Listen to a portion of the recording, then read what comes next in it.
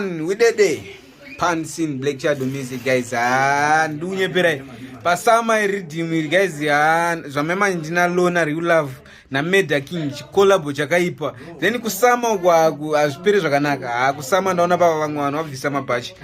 Takanga na zve winter. Guys.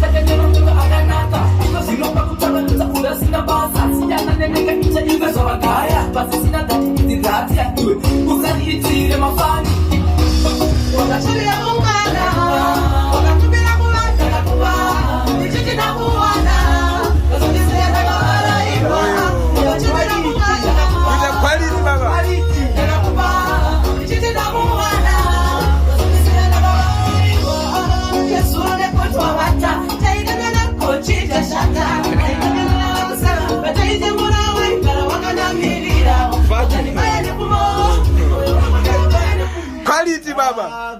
Quality. Ema wimbiro ka. Esa.